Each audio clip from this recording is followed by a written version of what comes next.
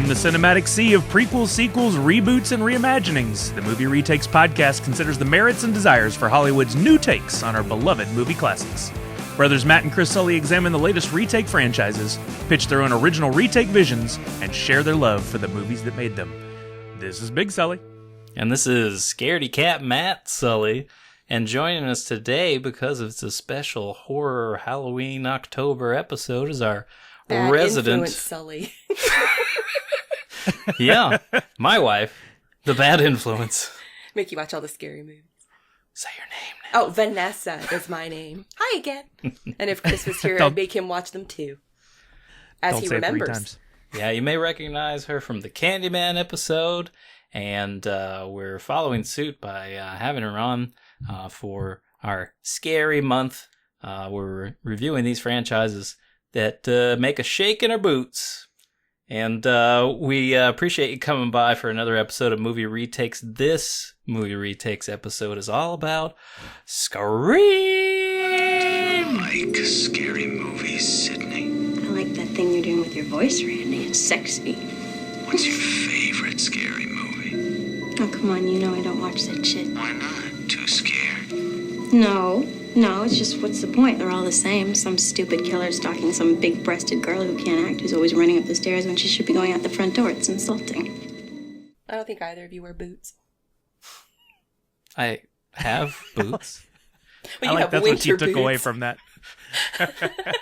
I do Bootsy not. Collins. I wear like snow boots, but not cowboy boots, which is ironic considering I have a giant orange foam cowboy hat.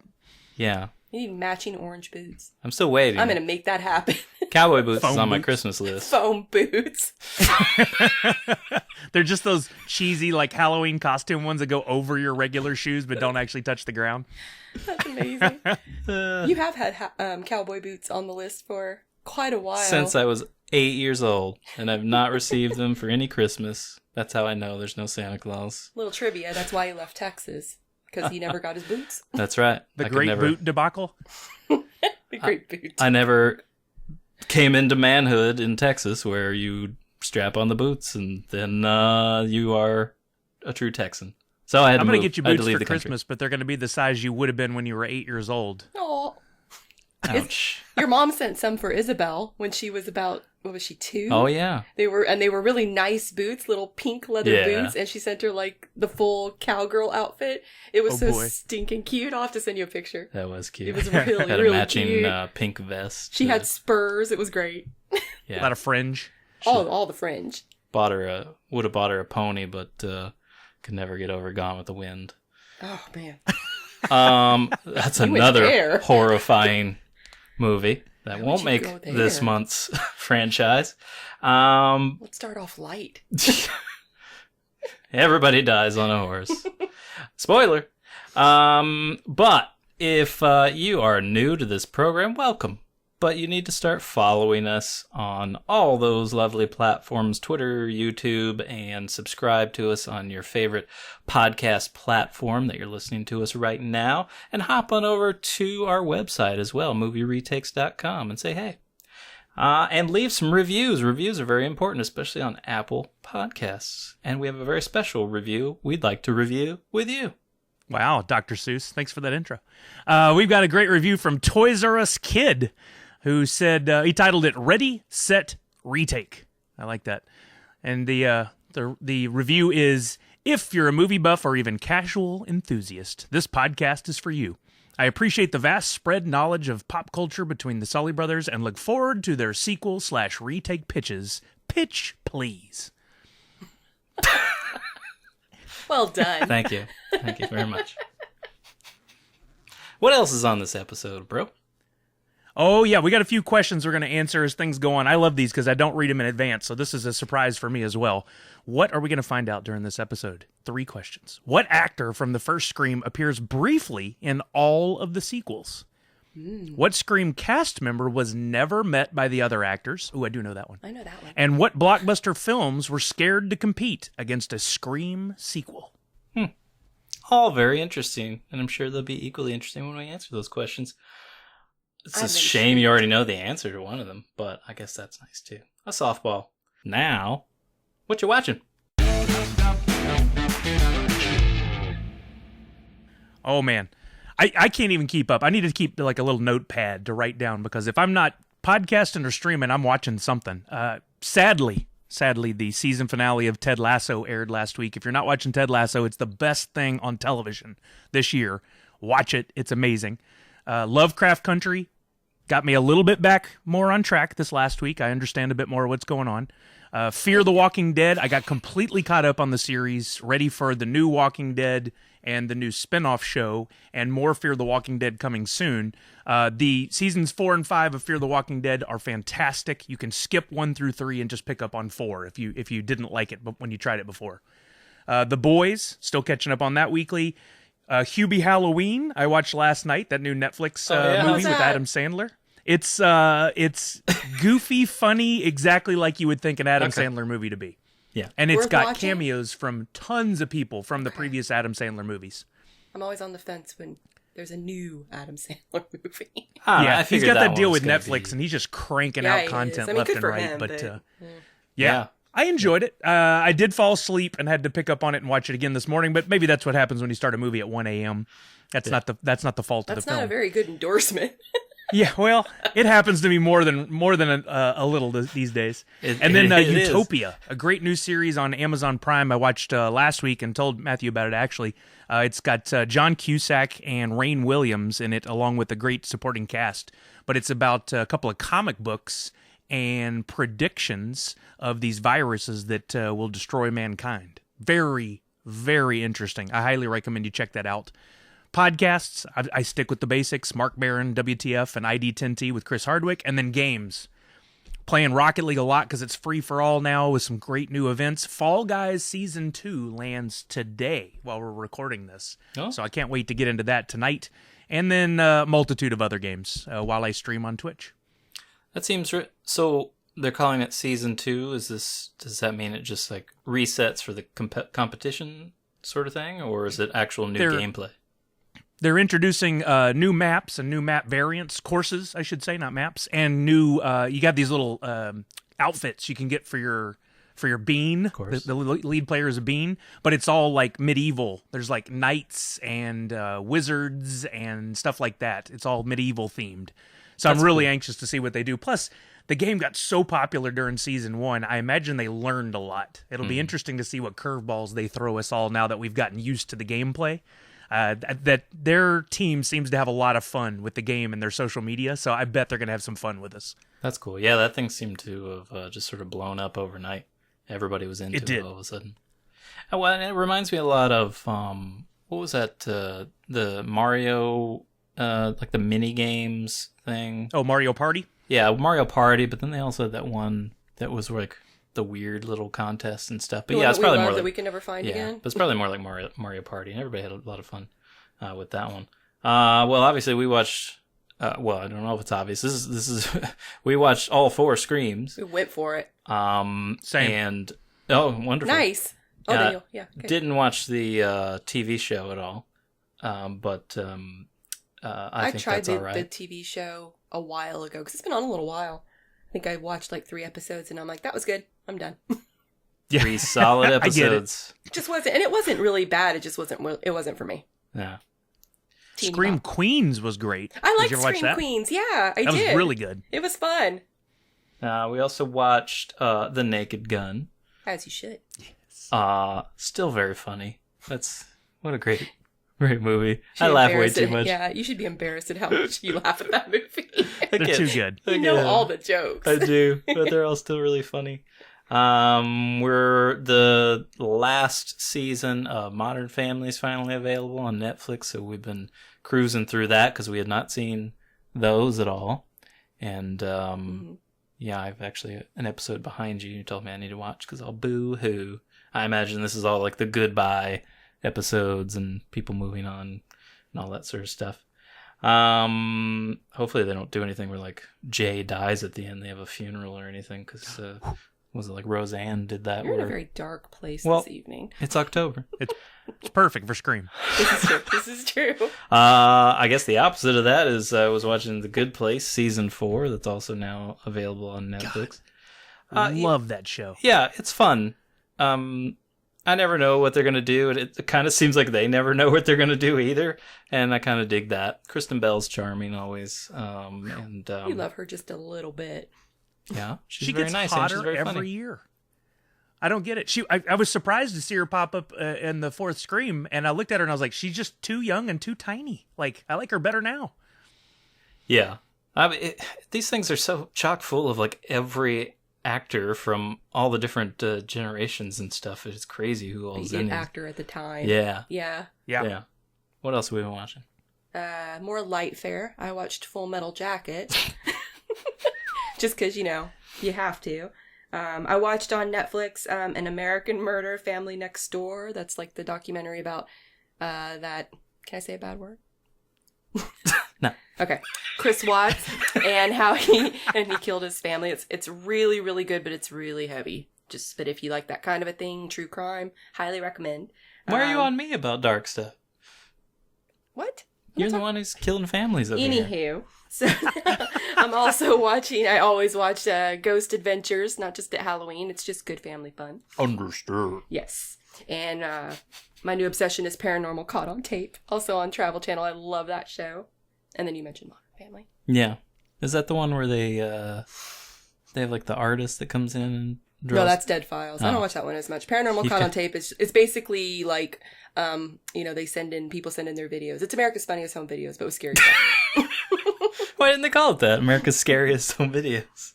I feel like somewhere there's like an executive that just has these baskets of words on little pieces of paper, like murder and mystery and family and gore, and then they just toss it all up, and then there's the new show. Pretty much. And then they just make it. There's how many of those? And podcasts, murder mystery podcasts is like its whole own huge genre these days. Yeah, true crime podcasts. There are quite a few of those, too. Oh, what's that one? Can I give a shout out to another podcast? Of course. What's the one that I watch? I can't remember. It's Makeup and Murder? Yeah, that might not be right. I'll have to look up the name. I found it through Facebook, and it's this girl who's absolutely gorgeous. And she does these tutorials, like how to do your makeup and like contouring and stuff. But while she's putting on the makeup, she tells you a mystery, like real true crime, like about like Ted Bundy, real famous high-profile murders. It is so engaging. I don't know how to describe it. Like, and they're only like anywhere from 5 to 10 minutes long. They're not very long, which is perfect for me. Yeah, I think that's a great idea. I'll have to look it up. It's perfect. And then she'll have real ones where it's just, her talking about the makeup, but mostly she's telling these horrible, horrible stories. And then by the end, she's like, look at me. She's gorgeous. It's funny. Anyway. That's so pretty. Death, death, murder, murder, kill, kill. Pretty much. You look fabulous. The story.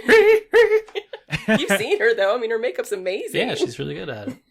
What's it called? I'm going to look it up. Go ahead. You look That's it up. just efficient. While you look it up, I'm going to make our segue into the next segment. So this episode's behind the scenes. I'm entitling Fear of the Unknown.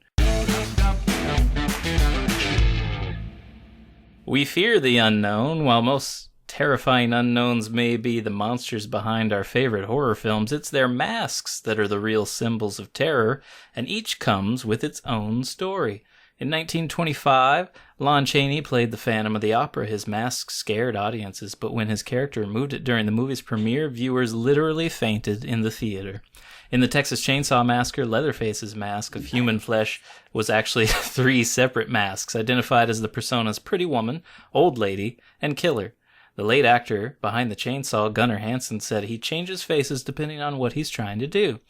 Hansen found it difficult to manage under the heavy latex and once knocked himself out cold when walking into a door frame on set. John Carpenter was forced to make Halloween on a $325,000 budget, and his killer's costume choice reflected the need for cheap props. The art director for Halloween found a William Shatner mask in a magic shop in Hollywood. Carpenter painted it white, widened the eye holes, and Michael Myers was born.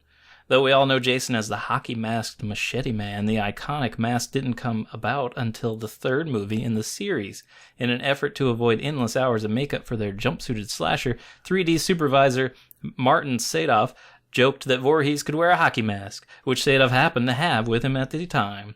In Happy Death Day, the killer's mask is an oversized baby face with wide eyes and a single tooth. Director Christopher Landon explains, I was expecting my first son. I don't know if I just had babies on the brain or if I was subconsciously scared to become a father, but that baby image was floating around in my head. Tony Gardner, the creator of the mask, made us a pig mask too, but when I wore the baby mask in the office, I scared a coworker, and we thought, yeah, this is it. This is the one. The script for Scream described its slasher as Ghost Mask Killer, though no one knew exactly what that would look like. While scouting for locations for the film, producer Marianne Medellina stumbled on the mask in an abandoned house. That's spooky by itself. The mass-produced mask was originally named Peanut-Eyed Ghost, but with the outrageous success of the Scream franchise, it would forever become known as Ghostface. Wow, that is super creepy. I didn't know that about the mask. Yeah. And shout out to Happy Death Day. I love that freaking movie. What? Yes, it was because it's Groundhog Day with It's horror. Groundhog Day, It's so yeah. good. Yeah. Okay. Anytime you do Groundhog Day, like, Yep. You're in? we're all for it. Yeah. Yeah, exactly. They do it in TV shows occasionally. I love that too. Bring it on. I found the thing. Her name's Bailey Sarian, and it's called Murder, Mystery, and Makeup. Highly recommend, ladies. Check it out. Good name. All right, so let's jump over into this giant franchise because we have a lot to review and talk about what we thought of the Scream franchise because we actually watched all of them. And All of us did. yeah, and then we can get to our pitches and the upcoming retake. So first off is Scream. Who's there? I'm calling the police. You should never say who's there. Don't you watch scary movies? It's a death wish. You might as well just come out here to investigate a strange noise or something.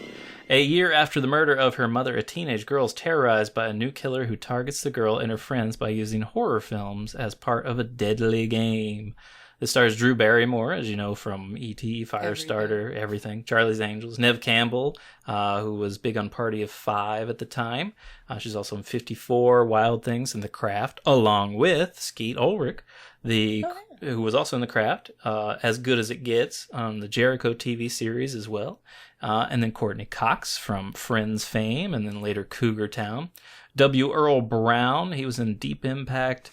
He played Dan Doherty in Deadwood. That's a lot of D's. And Rose McGowan, I may know from Planet Terror and Death Proof. He was Paige Matthews on, she was Paige Matthews on Charmed TV show. I was still thinking about W. Earl Brown there. And she was also in Jawbreaker. David Arquette's in this. He may know from Ready to Rumble, Never Been Kissed, Buffy the Vampire Slayer, the movie.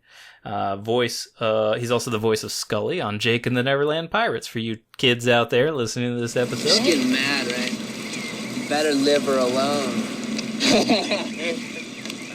Leave her alone. Ow, liver. It was a joke. Matthew Lillard is in this. He was in 13 Ghosts, Hackers, Senseless. He played Dean Boland on Good Girls, Scooby-Doo, the movie. He also voices Shaggy on a bunch of Scooby-Doo cartoon shorts and series. Jamie Kennedy's in here. You may know from Malibu's Most Wanted, Son of the Mask, Boiler Room. He was Professor Eli James on The Ghost Whisperer. He also voices Federline on The Cleveland Show. Henry Winkler is in this. You may know from Waterboy, Gene Cosino on Barry, and then Barry Zuckerhorn on Arrested Development, which he's so solid in that, and Dr. Saperstein on Parks and Rec, which also he's a great character on there, and the Fonz from the Happy Days. Hey! Directed by Wes Craven, as are all the Screams. He also directed The Last House on the Left, The Hills Have Eyes, Swamp Thing, A Nightmare on Elm Street, New Nightmare, The Serpent and the Rainbow, and Vampire in Brooklyn. And I didn't even realize he had done Vampire in Brooklyn, so now I want to go back and watch that again because we just talked about that, I think, on the last episode. This was written by Kevin Williamson, who also wrote The Faculty, Teaching Mrs. Tingle, I Know What You Did Last Summer. He created shows like Dawson's Creek, The Following, Dawson's Creek, a fright in every episode. The Following, and The Vampire Diaries, which is just Dawson's Creek with pointier teeth, I think. Pretty much. This came out in 1996, if you can remember that far back, and made a whopping $173 million at the box office on a $15 million budget. Congratulations, you win. Oh, really? You got it right. And it's generally very low, 78% on Rotten Tomatoes. $8 of that was from me. Yeah. Not back then. It was like, I went to the Dollar Theater.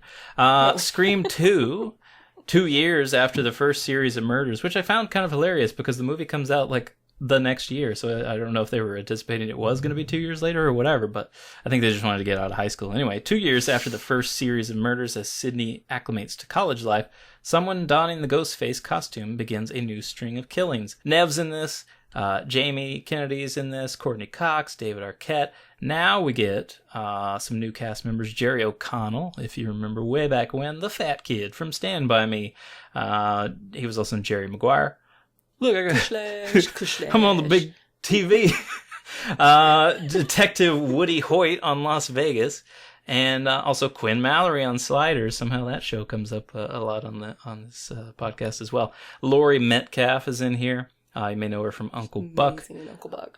Yeah, she is. Roseanne. Marcy. She's Marcy. I never lost the frost. Yeah.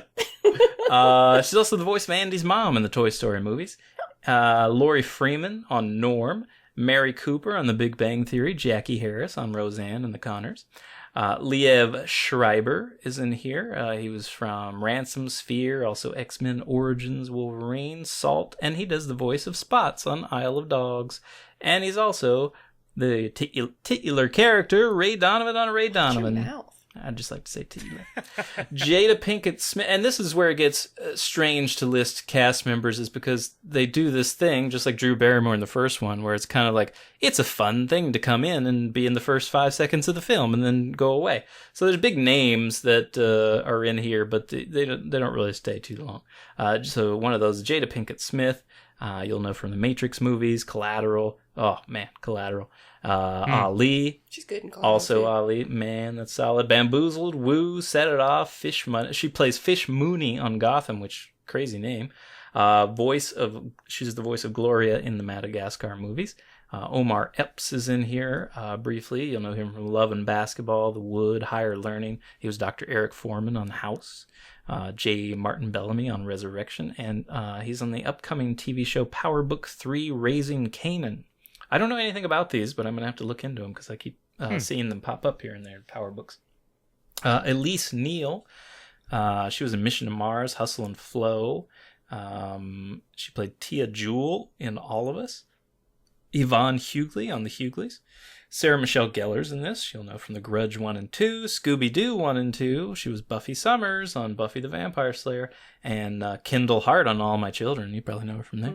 Mm-hmm, Timothy Oliphant. She's horrible. You mean like her character was? Yes. Oh, okay. No, she's a doll. Yeah, she's really is charming. Timothy Oliphant, from Gone in 60 Seconds. Dreamcatcher. Yeah, I know, he's sexy. Dreamcatcher. Mm-hmm. Seth Bullock on Deadwood. He was also in Hitman. Ooh, we have to watch The Crazies. The Crazies. Yeah, I was actually going to take a Did time you out. watch it? That's I have scary. Yeah, if you guys out there need some good scary movies for good this tension. month, The Crazies is where it's at. We're probably going to watch that one. Let's watch that later. Yes. Okay, let's do it. And Raylan Grimes on Justified. He also played Joel Hammond on the Santa Clarita Diet. This was, like I said, directed by Wes Craven. We get our writer, Kevin Williamson, again. And this is 1 year later, in 1997. And this also did extraordinarily well. $172 million at the box office on a $24 million budget. So they're just cranking them out. Yeah, you're doing the right thing. It is a little surprising they kept the budget down on the second one. Almost every time we've talked about this before, the second movie, the budget just jumps way up, and they barely moved. I was expecting that as well. Well, I wonder if there's a reason for that thing we talked about you're probably going to go over later. Maybe. That thing. Stay tuned. And according to Rotten Tomatoes, it's liked even more than the first one. No. At 81%. I disagree as well, but, Wholeheartedly disagree. Moving on to Scream 3. Never mind. While Sydney and her friends visit the Hollywood set of Stab 3, the third film based on the Woodsboro murders, another Ghostface killer rises to terrorize them.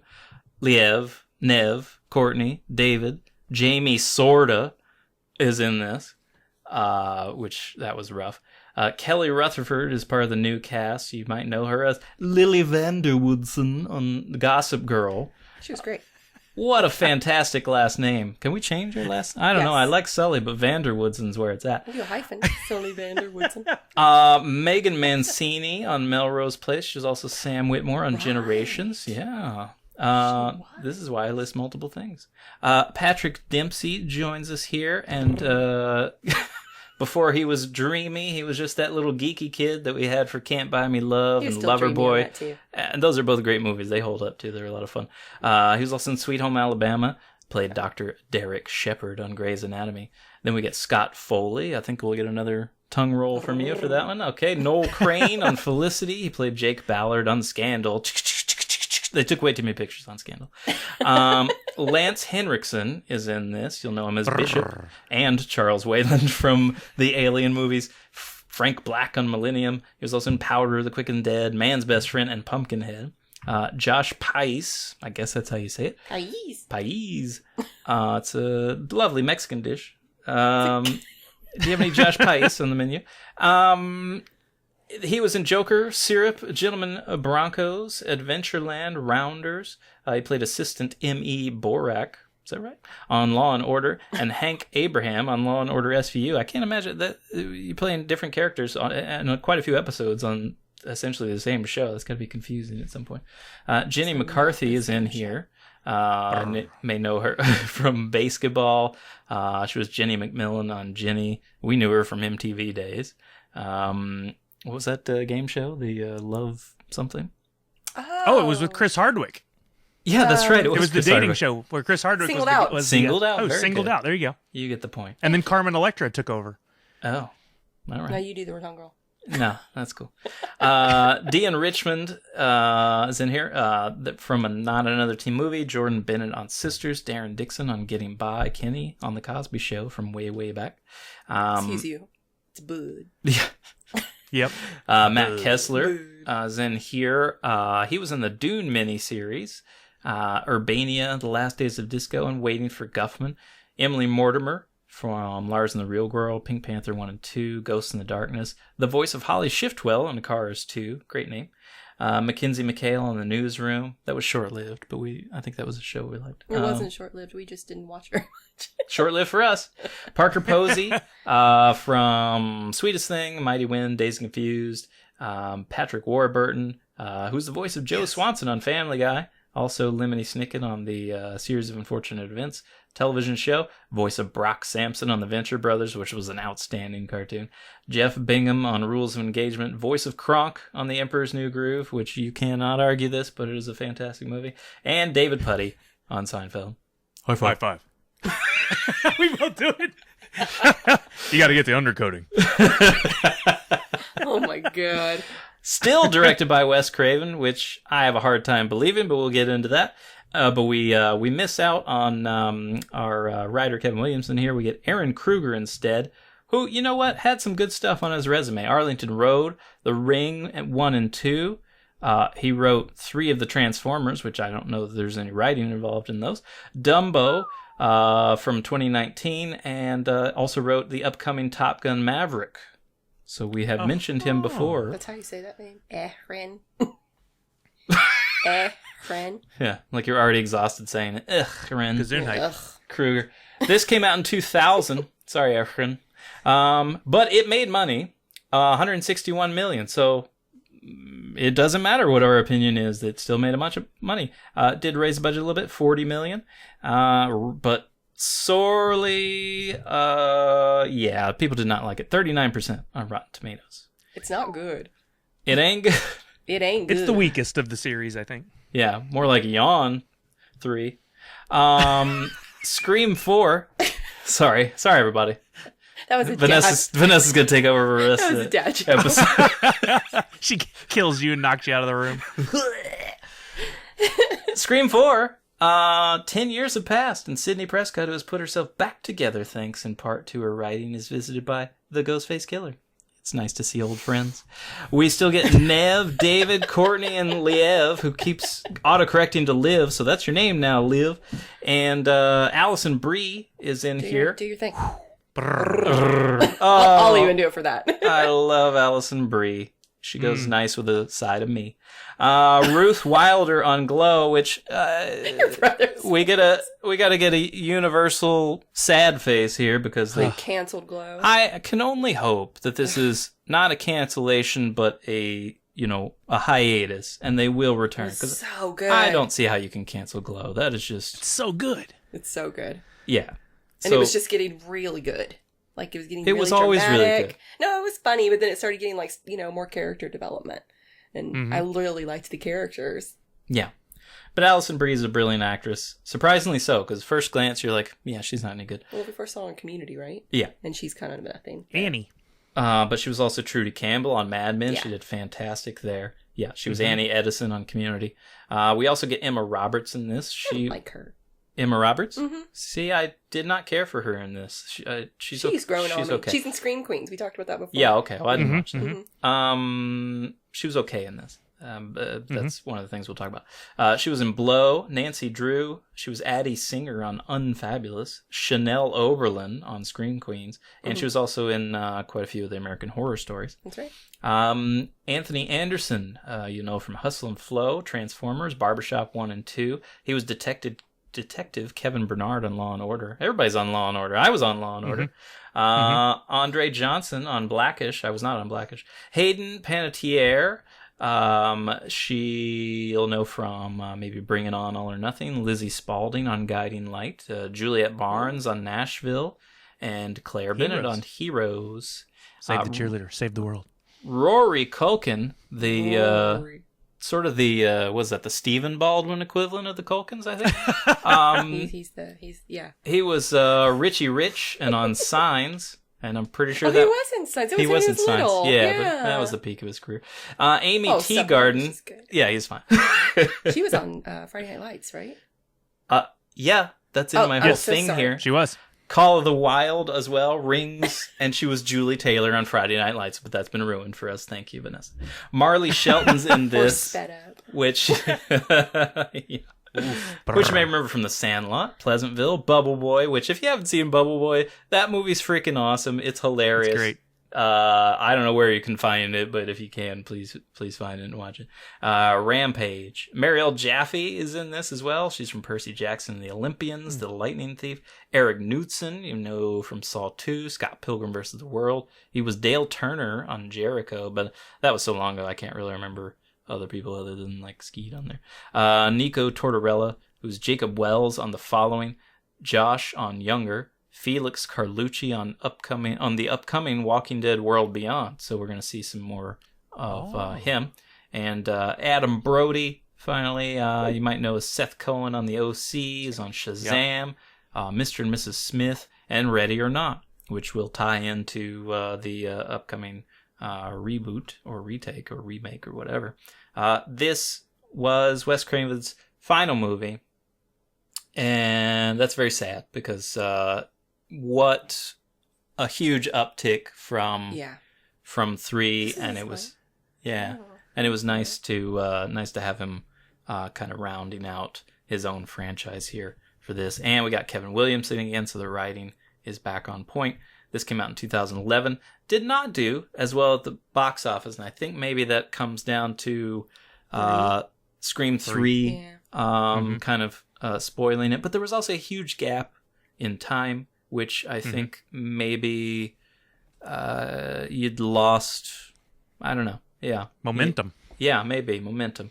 It made $91 million, so I guess you can't complain. But it was a $40 million budget, so not the huge gap that we saw from the other ones. And 60% on Rotten Tomatoes, and I guess we'll discuss what we think of that. And also, there's a Scream series. This is a serialized anthology series that follows a group of teenagers being targeted by a masked serial killer. We all know the story. But it actually changes from season to season. There's different killers and stuff. This stars... Now, it's going to star a bunch of people because it's an anthology, so I'm just listing off the people that were in the most episodes. Willa Fitzgerald, Bex Taylor Klaus, John Carna, Carlson Young, Tracy Middendorf, Amadeus Serafini. Cool name. And yeah, a bunch of other people that started in 2015 and is still and the rest. Yeah, and the rest. It was like one other two people or whatever. It's like, why don't you just list everyone? And yeah, just to wrap it up for that, it is pretty well rated as well on IMDb. It's a 7.2. Yes. A little bit of trivia. Do you know who Adam Brody's married to? No. You want to do another tongue roll? Yeah. Leighton Meester. It's Blair. Oh. Oh, I do love Blair. He from Gossip Girl. Another Gossip Girl reference. Every Yeah. time he'd walk in, I'd be watching, he'd go, "Oh, Blair. Oh, Blair. What are you up to What now?" kind of crazy shenanigans are you doing now? Yeah, so let's talk about these. What do you think? Should we rate them? Yeah, I have a star rating. I For don't know. me, it goes top is the first one, then the third one, then the second one, then the no. Oh wait, did I do that wrong? I think you did that wrong. The first one, I mean, then the fourth one. Excuse me. Yeah. Then the second one, then the third one. The second one, I didn't think the second one was very good. The third one, me and you both wanted to turn it off after about 15 minutes. The third Like, one what is was even happening? That was rough. I think I'm 1, 2, 4, 3. I like 2 better than 4. Really? See, I like 2 as well, but I've been thinking about it, and I think a lot of what made 2 good is leaning on One. leaning on 1 and how much we liked 1. Are you suggesting that someone's trying to make a real-life sequel? Stab 2? Who'd want to do that? Sequels suck. No, come on, man. Oh, please. By definition alone, they're inferior films. But yeah, standalone, it's not as strong. It's still good, but the first one, is the best one for just a ton of reasons. It all just comes together really cool. I guess it was so fresh then. It may not feel that way now to people because we have so many varieties of horror film. But when this came out, it really was kind of a reinventing of horror for a whole new generation. Wes leaned into that pretty hard on getting the young audiences in on this, and that was a smart move. And while making fun of the genre that he helped make, and that's really cool that you can do that. So for me, I gave it 4 stars. It's really strong. The series as a whole? No, the first one, Scream the first 1, one. is 4 stars. The second one I gave 3 stars because I still enjoyed it. Third one I gave 1.5 stars, and I cannot recommend this to people. And I think, honestly, you can comfortably skip it within the storyline as well. Yeah, I agree. Yeah, like there's nothing you really get from this that that you need going into the fourth one. So you can do sort of a Rocky 5 here and just go 1, 2, and 4. And well, sorry, the numbers are all off, but you know what I mean. But yeah, I remember when that came out though, it was strange because Drew Barrymore was the big name, and she was all over the poster and stuff. So we thought this was a Drew Barrymore picture, and then she dies within the beginning, which Violently. I think that's part of the brilliance. I think it was cool. I totally agree. If I remember right at the time, because we worked at video stores around that time, the horror movies were not mainstream A-list films. They were the straight to video or limited release films, with the exception of can we squeeze out another Friday the 13th or another Nightmare on Elm Street. That was it. Or Child's Play at the time. Those are the only ones that got a little bit bigger welcome from the cinemas and from the fans. So this really did become mainstream horror, and it bred an entire generation, like you said, of new horror films and new horror types. They even reference in the third one or fourth one, they start referencing the Saw films, which I think they help bring back. I think they help make the Saw films possible by starting the Scream series. You're right. Like I remember people coming in and asking for horror, and that was like, it was... and I think I mentioned this in a one of the behind the scenes segments in another episode, as horror was kind of looked upon as sort of the low brow entertainment. Yeah, and that's a shame because there is some. This was a fun horror film. Mm-hmm. Like I know I'm kind of a scaredy cat on a lot of this stuff, but that's what I really like about Scream. And another thing I don't think people it changes things up. So rather than just being, and you don't really know this when you're watching the first Scream, you're used to it being one killer. And so they changed that up. They also made it kind of a murder mystery where instead of a killer is on the loose killing everybody, you want to figure out who is it that's killing everybody. Not just, I know it's, Jason or Freddy or whatever. We don't know this person's name. We don't know the motivations or anything like that. And so that, to me, also makes it fresh. And I think that's a lot of fun. I like a good murder mystery. I can go to that all the time. And I think 1 is a lot of fun and 4 is a lot of fun. Mm-hmm. And so if you're going to check these out, then definitely recommend 1 and 4. And you can check out 2 as well. Which I think there is some of the story in there for the character development. And we lose Randy, which, I think people were arguing about whether or not that was a good move or not, but because for some he was kind of the grounding of sort of the meta of it, I guess. Mm-hmm. And with the rules. Have an aneurysm, why don't you? There are certain rules that one must abide by in order to successfully survive a horror movie. For instance, number 1, you can never have sex. No. Big no-no! Big no-no! Human popcorn. Sex equals death, okay? Number 2, you can never drink or do drugs. No, the sin factor. It's a sin. It's an extension of number 1. And number 3, never, ever, ever, under any circumstances say, I'll be right back. Because you won't be back. I'm getting another beer. You want one? Yeah, sure. I'll be right back. You see, you push the laws and you end up dead. Okay, I'll see you in the kitchen with a knife. And so losing him was kind of where it treated it differently after that. I had a hard time believing that Wes directed the third one because everything about this was just a disaster. Yeah, it had like 4 different stories. It didn't know what it wanted to do at all. But there was times where I'm watching a scene and I'm like, that just seemed like sort of a test run. That's not the thing that you actually would put there. That's the first take, and then you get some direction after that. It's like he didn't even show up. How long did that one take to make? Maybe they just threw it together. Well, I do know that they had to change. We'll find out from the trivia. They had to change the story, and there was a ton of constant rewrites and writing 5 minutes before they were going to film stuff. So it was just all around. So it was just jinx from the beginning. Yeah, Plus, it was never. You never know what's going on in their personal life around that time. Maybe he was focused on some other things and had to dial it in a little bit. I don't know. Yeah. See, I could comfortably skip. I know I'm being kind of a movie snob here, but I could comfortably skip 2 and 3. I think 1 and 4 are the stars of the show. Ooh. I think that this fell into the trap of just rehashing the same jokes, for lack of a better word, that came from the first one. There was nothing really surprising about it. You knew there was going to be a twist. You knew it was going to be something related to, I did anyway, to what happened in the first one. And I thought it ended up being Billy. Oh, should I say?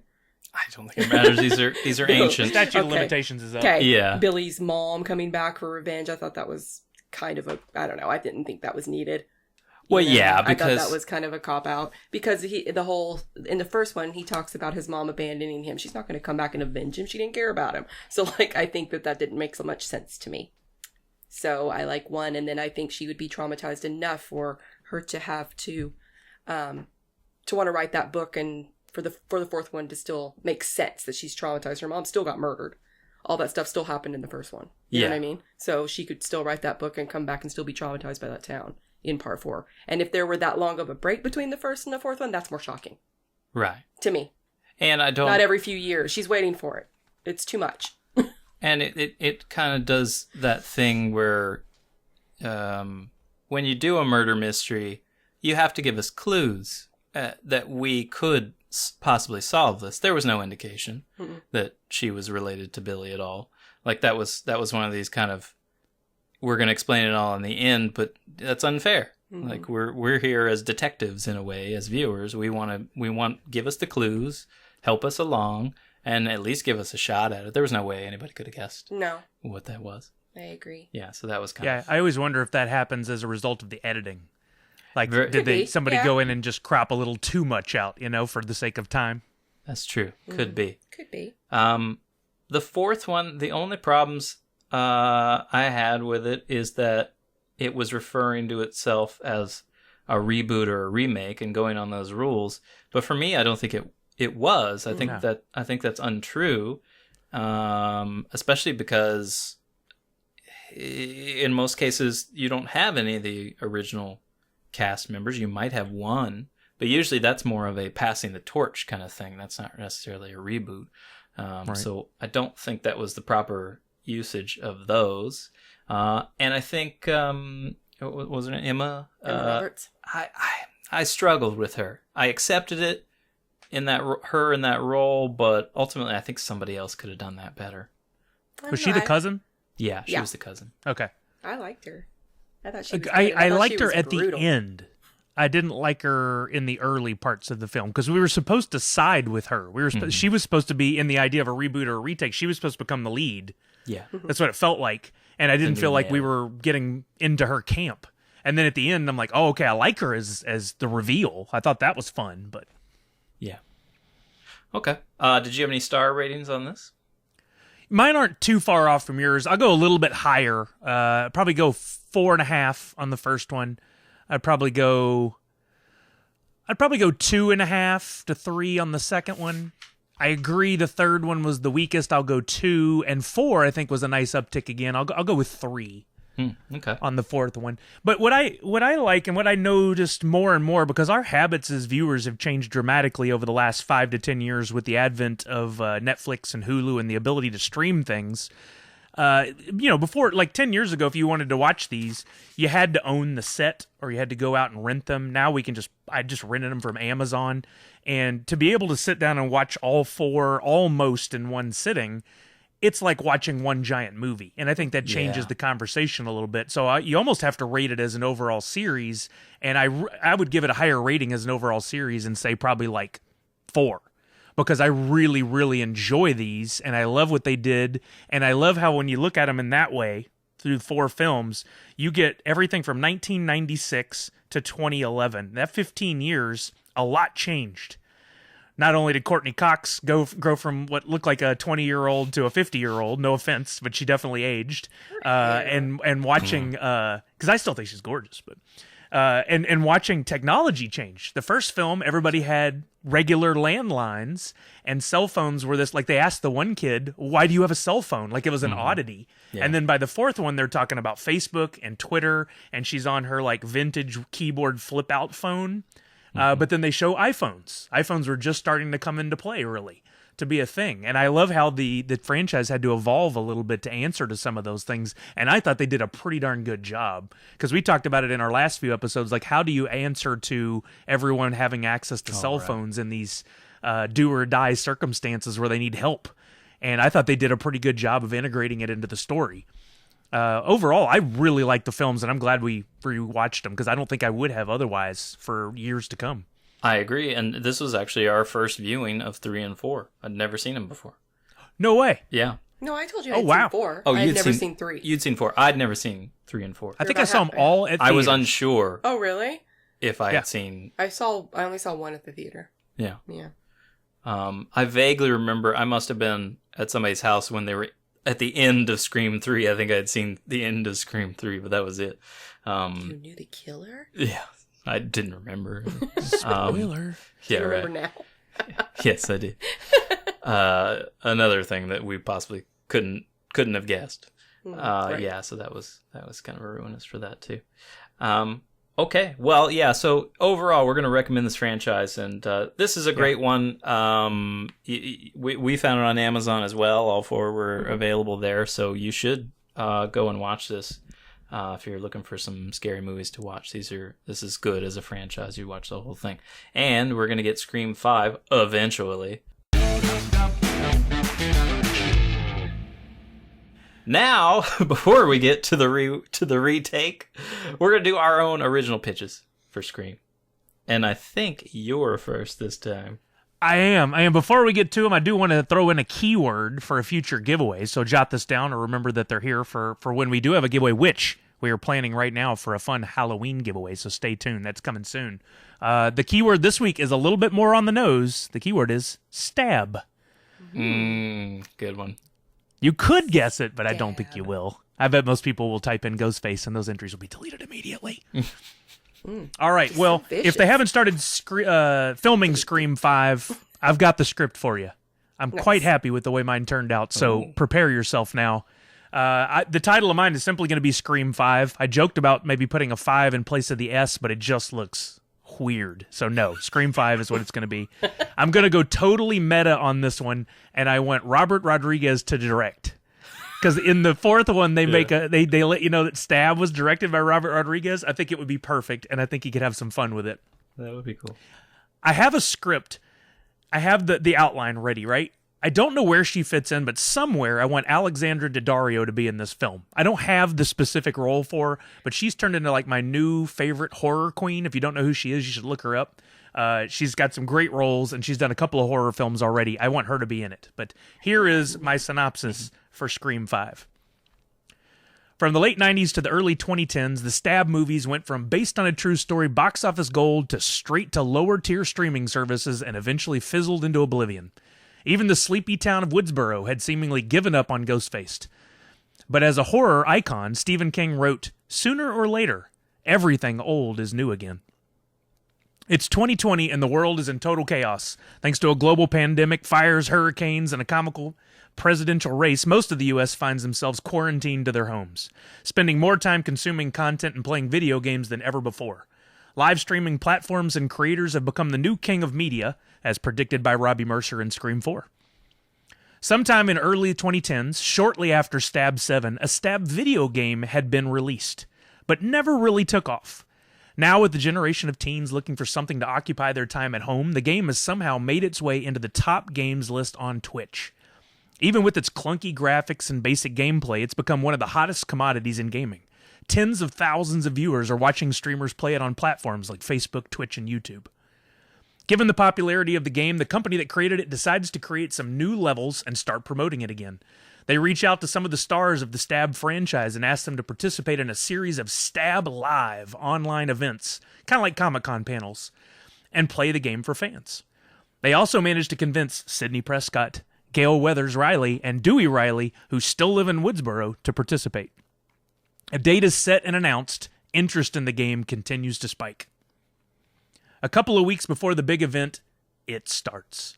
Well-known streamer Xiao Lin is playing the Stab game in front of 20,000 plus viewers when messages from a user known as G-Face appear in his chat. Fans point out how great the name is, and of course Xiao Lin comments on it as well, drawing more attention to the user. Messages from the user start out harmless, but then escalate to the classics. Do you like scary movies? What's your favorite scary movie? What comes to mind? At first it's funny, but makes everyone a little anxious. Xiao Lin threatens to ban the user, who replies with, "Ban me and you'll die." Of course, G-Face immediately gets banned and reported, but another user with a very similar name pops up immediately and continues the same threatening line of messaging. Just about the time Xiao Lin has had enough and decided to end his stream early, a shadowy figure appears behind him. But by the time his fans can comment to warn him that Ghostface is in the house, he's stabbed through the back of his high-end gaming chair. All 20,000 viewers see the gruesome murder and watch as the life slowly leaves Xiao Lin's body. Many believe it to be a hoax or marketing campaign for the game, but authorities are called and enter the home to find the body of the streamer. The shadowy figure has had plenty of time to escape by now. The authorities end the stream, and in minutes, the news travels the world through social media and then gets picked up by traditional news stations. The headline, "Ghostface Returns," spreads like wildfire across the world. By that evening, the number one gaming being live-streamed around the country is Stab. While the smart thing to do would have been to avoid the game, for fear that this might not be an isolated incident, people did the exact opposite.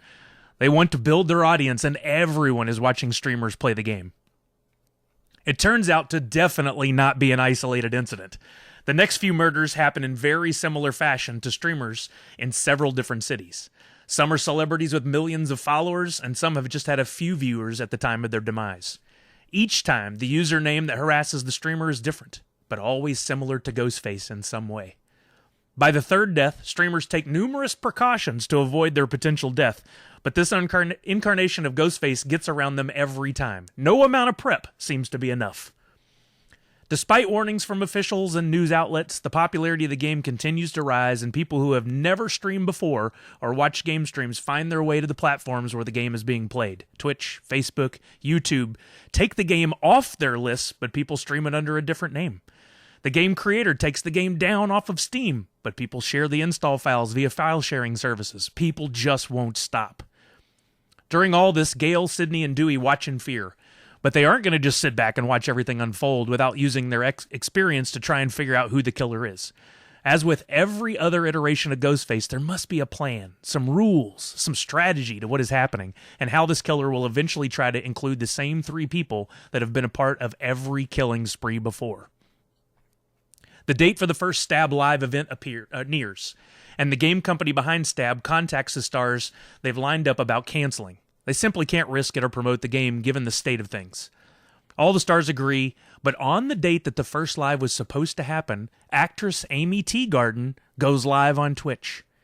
She's never streamed before, but within minutes of her stream going live, there are hundreds of thousands of people watching. A welcome scream is live for nearly 10 minutes before we see her appear, duct taped to a chair. A familiar voice comes over the stream, clearly being broadcast from a phone. Amy's phone, in fact. The voice toys with the audience for a few minutes before gutting Amy live for the world to see, and the stream ends. Her body's found later that day. Investigators work hard day and night to track down the killer, but somehow they're able to avoid the authorities every step of the way. A multi-state killing spree spanning weeks, even with all the technology available today, is still impossible to solve in a short amount of time. It's Gale that first figures out the pattern. While the streamers were seemingly random, she digs up enough information to find the pattern. The first victim, Shaolin, was actually named Stephen Stone, which was the name of the 4th victim in Scream 3. And each of the other streamers killed share a name with a previous victim: Randy Meeks, John Milton, Sarah Darling. Upon further investigation, the murders were happening in an almost straight line across the country leading towards Woodsboro. And Amy's murder, the latest in the series, had taken place just 100 miles away. The killer was clearly headed to Woodsboro. By the time Gale shares her findings with Sydney, Dewey, and the rest of the Woodsboro Sheriff's Department, it's too late. Authorities from other states are alerted, but won't be able to get there in time to do anything. Based on the pattern so far and the location of her last kill, Ghostface must be there already. It's at that moment that all 3 of our leads receive a text message with a link to a live stream. A click of the link reveals a different view for each of them. Sydney sees Dewey tied up with Ghostface standing by and a message that reads, "Come alone or he dies," while Dewey and Gale see Sydney tied up with a similar message. Since they're all not together, they can only assume that the person who is tied up in the stream has had their phone taken and is not really who they think has been chatting with them. One thing they do all see is a familiar house, the one from the first Scream movie where Tatum died. They all race to the house and arrive at about the same time. Of course, there's some confusion as to how they're all there, but they know that Ghostface must be there. They try to call in reinforcements, but their phones can't get a signal. The sounds of a ringing phone come from inside the house. And, having gone through this several times, they all reach for the nearest item to serve as a weapon and head in. Cameras are installed throughout the house, and the world is now watching. They enter the house and find Ghostface costumes hung throughout every room. Gale starts smashing cameras, and that draws out the real Ghostface. I thought that was smart on Gale's part. Fast forward through an epic battle, I'm not going to write all that out, that spans several minutes and eventually ends with Ghostface getting stabbed by his own knife. The mask is pulled back to reveal a familiar face, at least for Sydney. The killer was Simon O'Dowd. Oh my God, y'all are staring in the camera. One of the producers of the Stab series and game. He had invested millions of his own money into the Stab franchise after the 3rd film, hoping to capitalize on the success of the first 3 films, only to be shut down by a lawsuit that Sydney had filed, which resulted in the studio not being able to use the original story or her characters in future films. He had doubled down on the game, which, when unsuccessful, caused him to go bankrupt, losing everything, including his family in the process. He had planned everything out to make the game successful and had let things go a little too far, thinking he could kill off the people that had caused him so much loss and still get away with the profits.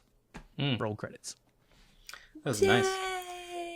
Yeah, so you got the tech is appropriate for the time period, plus that seemed you're right, that was something he did as kind of a theme. He was always aware of what the modern technology was and incorporated That was perfect it. for you. Yeah, that was great. I liked it. Yeah, I had some experience with this now, so it all made a lot more sense.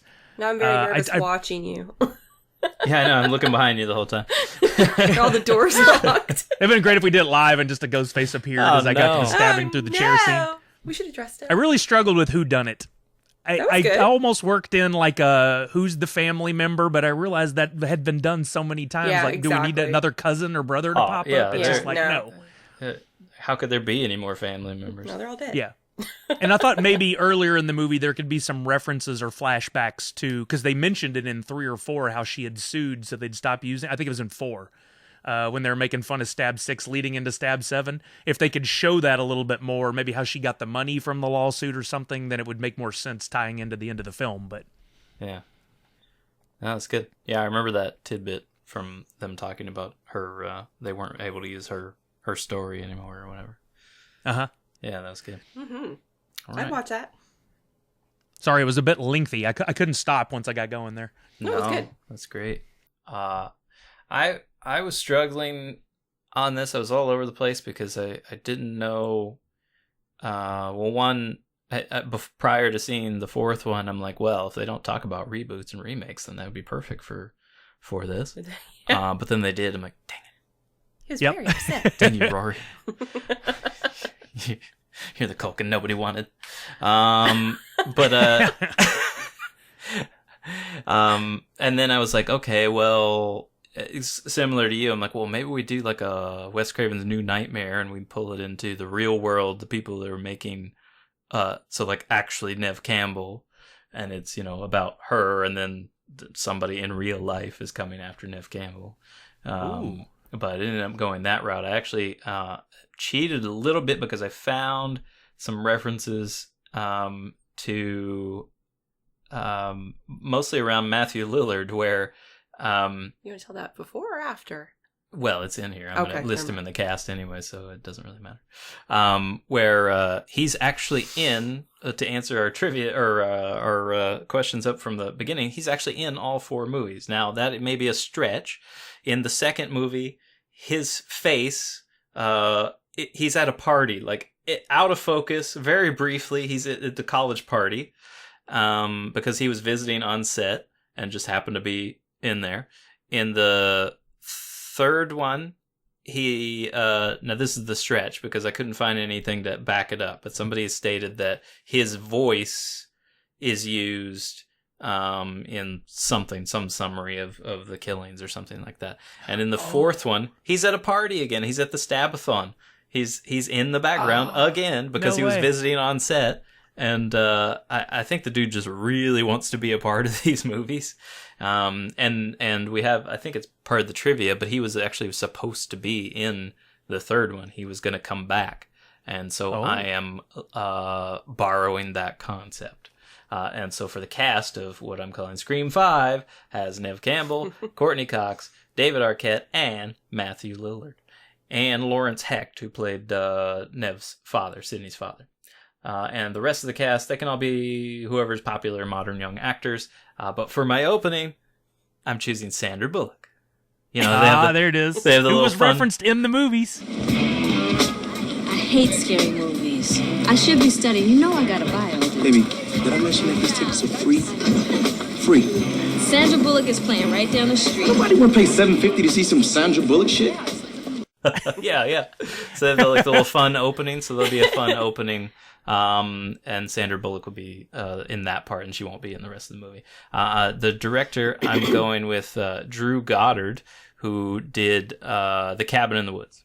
Another great, fun, scary movie. Watch it right now. Yeah, and I heard he also did Bad Times at the El Royale, which I was anxious to see because I really enjoyed Cabin in the Woods, but I heard it was not so hot. So all right, maybe not a great choice, but whatever. I'm sticking to it. All right, so you're going to read the opening paragraph, which is our opening scene of the movie, and then I'll come in and read the rest. And if you've watched all 4 of these, then this will make sense. But we may need to explain it if you haven't. Yeah, we'll explain it after. Okay. We open on a woman stepping from an orb of electricity. She looks up at a familiar house. In the window is a young brunette, just looking out to see a young Cotton Weary walking out the front door. The girl in the window is Sydney Prescott from 1996. She goes back to bed, and when the lights turn off, Billy Loomis creeps from the bushes, a knife in hand. The woman intervenes, wielding her own knife. Billy asks who she is, and she says, "I'm Sydney, you son of a bitch, and you're not going to murder my mother!" She stabs Billy and presses a button on her watch, disappearing into another orb of electricity. The title card, Stab 5, flashes on the screen, and we cut to the real world. The time travel. Yeah, so it's the time travel. From Stab 5. I think the year is actually wrong because I think it's like a year or two before, so I got that wrong. So it'd actually be like 94 or whatever when her mom was killed. So sorry, I got Still that wrong. good. Okay, but now we move forward into 2020. Sydney Prescott has accepted that hiding from her haunted past can't keep her or anyone else from danger, and with her father aging and alone, she's moved back home to Woodsboro. The local townsfolk, however, have had enough, many residents fleeing for fear of yet another sequel to the bloody Ghostface saga. Real estate all over town has been vacated, and there's been little interest in newcomers risking their lives for a cheap deal.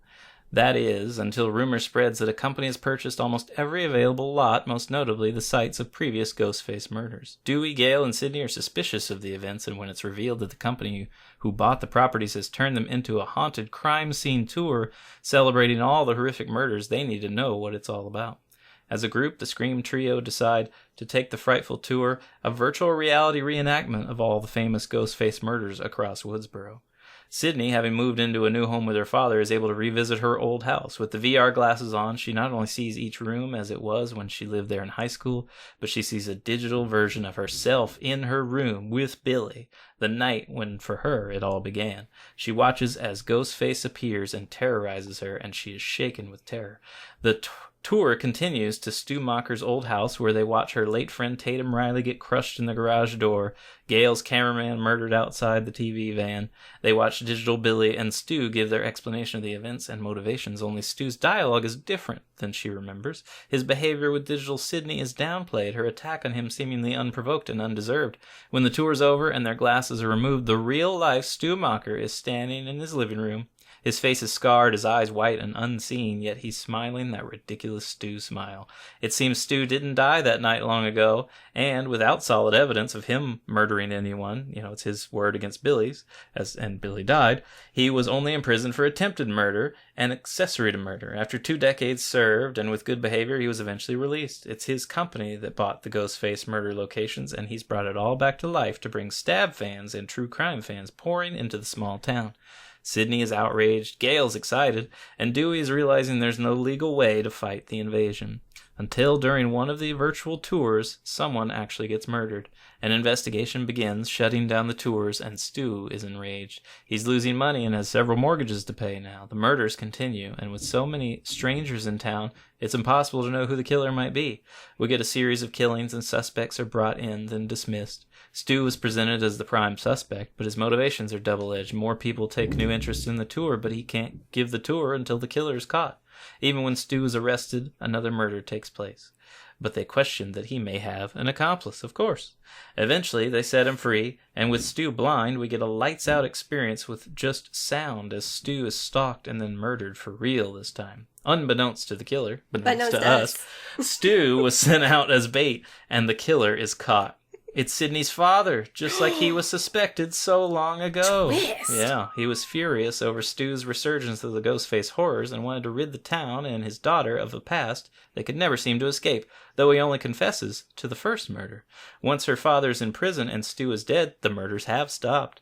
To appease the public, Dewey concludes that one or both of the men were responsible for all of the murders. Case closed.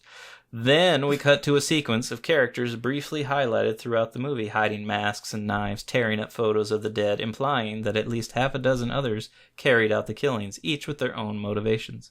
A voiceover from Sydney explains that there is no end to Ghostface. As long as anyone feels the urge to kill, as long as they feel the desire to take up the blade and don the mask, he will live on. The screams will echo forever. Forever. Scream 5. Echo. Echo. Oh, that's nice. That's good. I didn't see the dad. I didn't see it happening. Well, they always wanted it to be him, so I thought it'd be fun if it was. He needed to have some use. Yeah. And we could call I it hope Scream he went to Forever. acting school between the films Scream and now, because he was Forever. not good in the early movies. Scream Infinity. McScreamy. +1. McScreamy. That's what Scream 3 should. All right. Nice. So, yeah. Called Shush. I like the opening is killer. The fact that she used the time travel bit that they referenced was so good. Oh, I couldn't resist. I thought that'd be so much fun. Hello, that was my Yeah, idea. Yeah. I kind of was wondering about that when they said it. I was like, oh, I'd like to see that. Can we get the Stab movie? That's what I'm thinking. We need Stab 5 to come out. Just independent, kind of like, what is that? The one, Bill Cosby. Leonard Part 7. Leonard Part whatever. Was or it 7? 6, whatever 8? it was. Yeah. I don't remember. Anyway, yeah. So I think that'd be a lot of fun. All right, but whether they make those or not, they're making one. The retake, it was originally said that it was going to be a reboot, but since then... You sounded really Canadian when you said that. Reboot. That's a real word. And... It's a boot to be a reboot. It's a boot. But it is actually going to be a continuation, as were our pitches. Your pitches, eh? It's been 11 years since Scream 4. And this, I would not consider the average continuation of the franchise, especially since we're losing Wes Craven from direction. So I'm still considering this a reboot. And you know what? If you don't like it, tough, because it's in our podcast now forever, and we define what's a reboot. Status is it's filming, and release dates don't mean anything. Who cares anymore? They don't. Sometime in the future, a new installment of the Scream horror franchise will follow a woman returning to her hometown to try to find out who has been committing a series of vicious crimes. If I'm Sydney, I'm just going to kill myself at this point. Really? Really, just who cares? Like, just... Stop it. So what? This is directed by Matt Bettinelli-Olpin. He did lots of shorts, a segment from the movie VHS, segments of Southbound, Okay. Devil's Due, and Ready or Not, along with Tyler Gillett co-directing here, who also did some TV and shorts, then seemed to align with Bettinelli-Olpin on VHS, Devil's Due, Southbound, and Ready or Not. They both directed that. We loved Ready or Not. Ready or Not was great. That was a lot of fun. It's really fun. It was really cool. I saw that. This is going to star Courtney, Nev, David, and Marley Shelton's going to come back, because I had forgotten that she lived in the end of Scream 4. Marley Shelton? She's the deputy, the blonde that Yeah. loves Right. Dewey. Yeah, so I think that'll be fun. Jack Quaid is a newcomer here. You'll know him from Hunger Games, Logan Lucky. He was Richie Rich on Harvey Girls Forever, which I have no idea what that is. Huey Campbell on The Boys. Jenna Ortega is in this. And again, I'm listing a lot of names, but I have no idea if anybody's going to be in like the 2-second star or whatever, so who knows.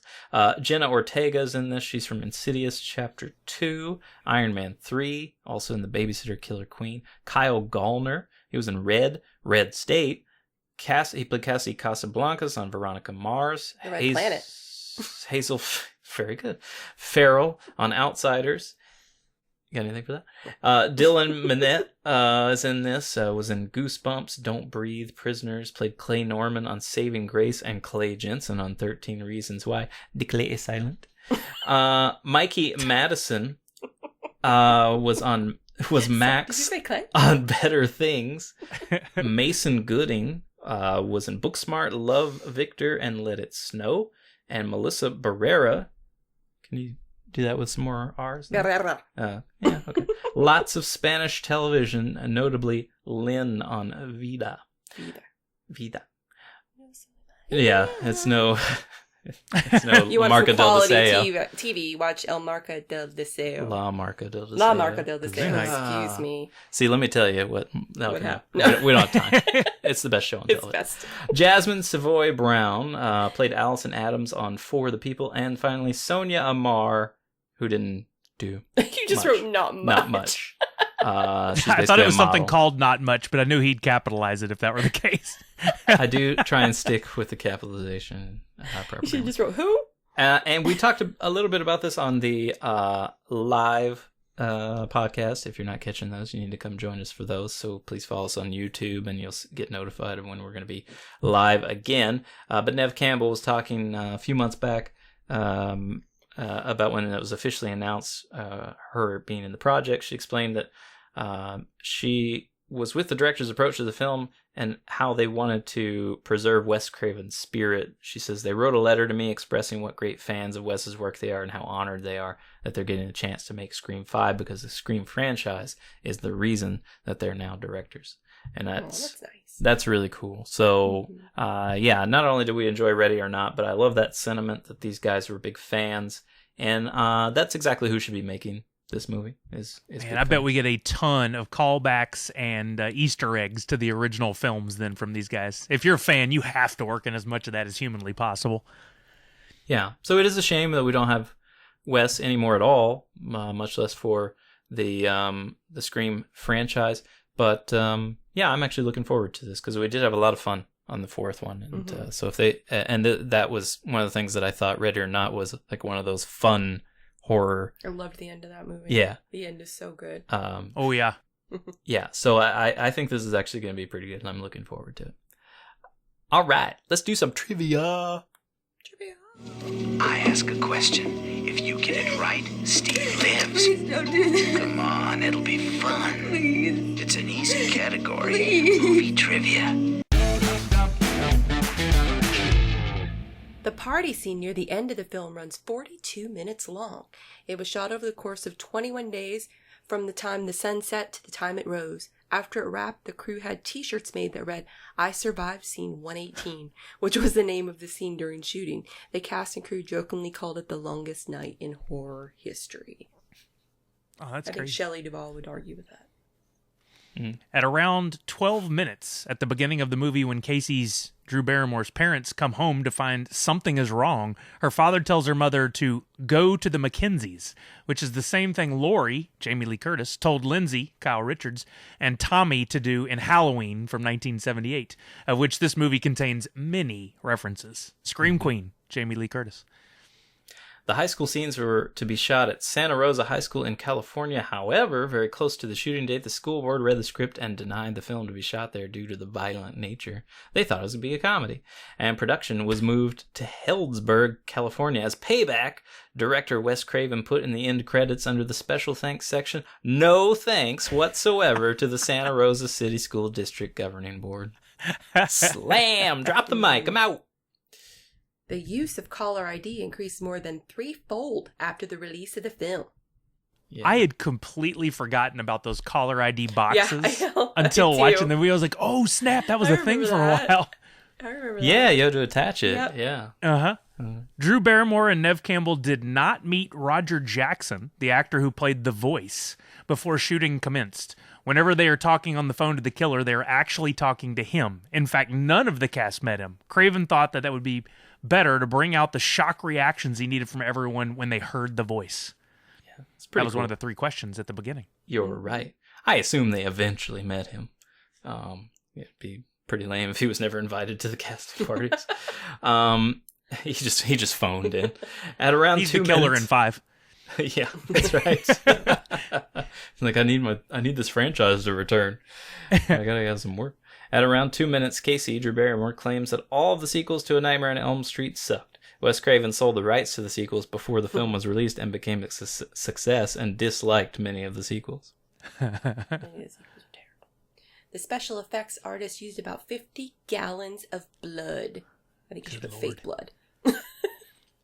It's what it said. I think it was real blood.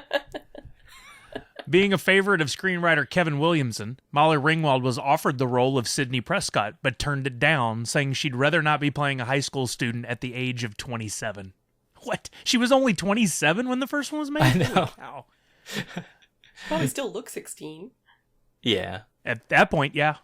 Now she's a mom on Riverdale alongside Skeet Ulrich, ironically. Ah, interesting. Is it me? Yep. In this movie, the teens are watching Halloween. In Halloween H2O, the teens are watching Scream 2. What? Oh, that's cool. That is cool. At around 54 minutes, Tatum, Rose McGowan, says that the situation is like a Wes Carpenter movie. This is a reference to Wes Craven, who directed the movie, and John Carpenter, who directed Halloween. Yeah, I caught that and I was Do you like, want wait, to read that something again? about that doesn't sound right. Mhm. Skeet Ulrich was cast as Billy Loomis partly because of his resemblance to Johnny Depp, who had a significant role in A Nightmare on Elm Street, 1984. Melissa Joan Hart, Brittany Murphy, Alicia Witt, Melanie Linsky, and Melinda Clark auditioned for the role of Sidney Prescott. That's Sandra Bullock. I'm sure she was there. She just assumed she had the role. Bob Weinstein approached Robert Rodriguez, Danny Boyle, George A. Romero, and Sam Raimi to direct. Kevin Williamson said that they didn't get it. He was concerned that having read the script, many of the directors believed the film to be purely a comedy. Ironically enough, Rodriguez would direct the footage for the fictional in-universe film Stab. Oh, wait, he really did direct that stuff? Yeah, he I did. thought that was just a shout-out to him. Oh, my God, that's awesome. He actually directed all those. That makes my choice for 5 even better. Mm-hmm. That's now I want to read the script and, like, did it really come across that way as a comedy? Like, I guess, yeah. If you can't see the murders, like if you're just reading somebody get stabbed, Yeah. I guess it could have been played comically. Well, basically, they made those. They're called Scary Movie. Right, They had that they did. series. And that was the working title of this movie, I believe. That's right. Mm-hmm. The sheriff is played by Joseph Whipp, the same actor who played a police officer in A Nightmare on Elm Street. Oh, I love that. That is cool. So those were all from 1. Now we got some trivia from Scream 2. Scream Dose. At around 54 minutes in Scream, Tatum asks Sidney, if they make a movie about you, who's going to play you? Sidney answers, with my luck, they'd cast Tori Spelling. Then in Stab, the movie within a movie, Tori Spelling plays Sidney. Yeah, that was a good one. Various titles were considered for the sequel at different points in the film's production, including Scream Again, Scream Louder, and Scream, the sequel. And See, that's funny, though. Scream Louder? No, the sequel. Scream the sequel? But I guess I didn't want to be too comical. So yeah, I kind of like, I'm changing my Scream 5 to Scream Forever. Scream Forever? Yeah, I think that's cool. Scream Forever. Which eventually you can't, you need to get some water or something, but you get the idea. The film originally ended with a shot with another ghost face watching over from the campus's bell tower. There is fan speculation that that's the killer from Scream 3, Under the Mask. Ooh. Originally scheduled to open alongside Tomorrow Never Dies in 1997 and Titanic, both blockbusters shifted their dates so as not to be pitted against this movie. Holy cow. Titanic, isn't that still, like, other than Avatar, one of the all-time grossing films? And they were scared about going up against Scream 2. Yeah, I hope that's true because that is really awesome. Yeah, it is. That Scream was so strong that they're like, no, we can't do it. We'll have a different date. Yeah, that's pretty cool. All right, looks like we're moving into Scream 3 trivia now. Wes Craven filmed 3 different endings and didn't tell the cast which one he was going to use. That trickster. Patrick Dempsey was hired the day before shooting began. He had one night to learn 3 big dialogue-heavy scenes. I think that's There's plenty of ladies who didn't hear a word he said anyway, so it worked out just fine. Yeah, fair. A big twist was planned for the killings to be caused by insane fans of the Stab movies. The twist would come where Sidney, Neve Campbell, visited a house where all the teenagers had been killed, only for the bodies to get up and reveal themselves as the killers. Ooh. What? Very weird. It was all fake. Courtney Cox remarked about her relationship with then-husband David Arquette in relation to the Scream franchise. I was just flirting with David on the first one. I was sleeping with him in the second one, and we shared a trailer in the third. And then the fourth one, they were divorced. Jeez. Oof. That's crazy. Yeah, like that franchise spans their entire relationship. Weird. Because the hair.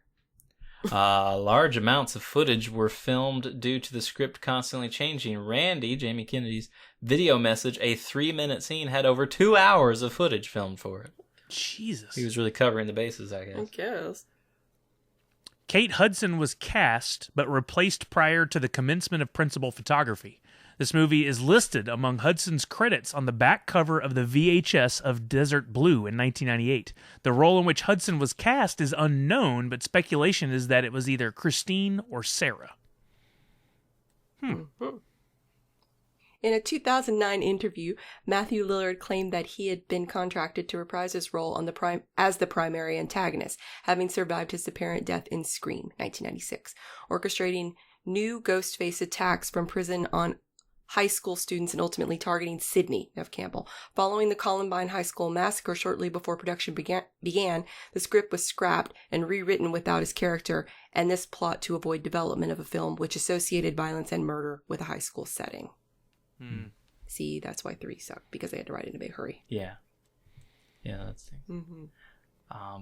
Compared to its 2 predecessors, this film used the least amount of artificial blood. Its tally of 10 gallons compares with 50 gallons for Scream and 30 for Scream 2. Just more, you should add more blood. that was. It's like when Tom Cruise runs in a movie, it's more successful. Use more blood, it'd be more successful. Just more running. An alternate opening was written but never filmed. The opening scene contained Sidney Prescott and a friend of hers alone in her house in a different state, getting ready to watch a video. Unbeknownst to Sidney, the killer calls Sidney and her friend, claiming that he is in the house watching them, which turns out to be true. The killer jumps out from a closet and attempts to attack a frightened Sidney and her friend. Sidney, however, pulls out a gun and shoots the killer several times. Upon unmasking him, the killer turned out to be the fan who was pulling a prank on Sidney. It's like from That would have been a great beginning. like Zombieland when they shoot Bill Murray. You think you'll make it? No. Okay. Trivia for part 4. In the deleted scenes, Dewey explains to Gail that Neil Prescott, Lauren Hecht, Sidney's father, has passed away since appearing in Scream 3, and this is the first time Sidney has returned to Woodsboro since his death. So that wouldn't have worked for mine, but... Because I don't think they say he's dead in the 4th one, do they? Isn't he in the... I can't remember. Who cares? Yeah, whatever. He's in 3rd or 4th, yeah. Yeah, he's in the 3rd one, I think. At around 6 minutes in the scene where Ginny, Amy Teagarden, that's a nice name, explains to Marnie, Britt Robertson, the story about the Stab movie. She says Stab 5 has time travel, which is by far the worst. Wes Craven had the idea of time travel in dreams for A Nightmare on Elm Street 4, The Dream Master, but the studio rejected it. For the first time in the franchise, a CGI added knife was used because director Wes Craven wanted to avoid using prop knives that are rubber, cardboard, and collapsible. I didn't really notice. I guess it's not anything you look for. That's what they do in the Walking Dead. They have these like handles that just have like a little bit of a green deal sticking off the end, I guess, to get the motion and stuff correct. Okay. So they don't accidentally stab somebody in the head or whatever when they're taking out zombies. Always a good idea. Yeah, thanks. Is it you? I think so.